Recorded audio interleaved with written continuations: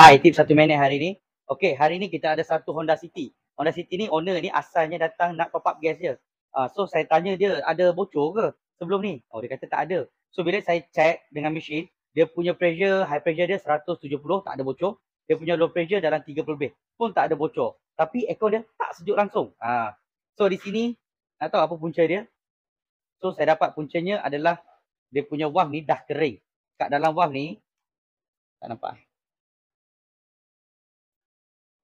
Nampak tak dalam valve? Nampak?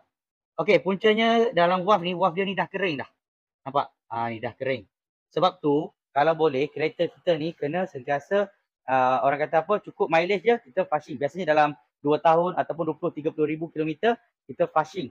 Kita tukar minyak yang baru supaya pertama kita tak nak valve ni kering macam ni. Kalau valve ni kering macam ni, tak lama valve ni problem, aircon kita mesti kurang sejuk atau lambat sejuk. Sedangkan tak bocor pun.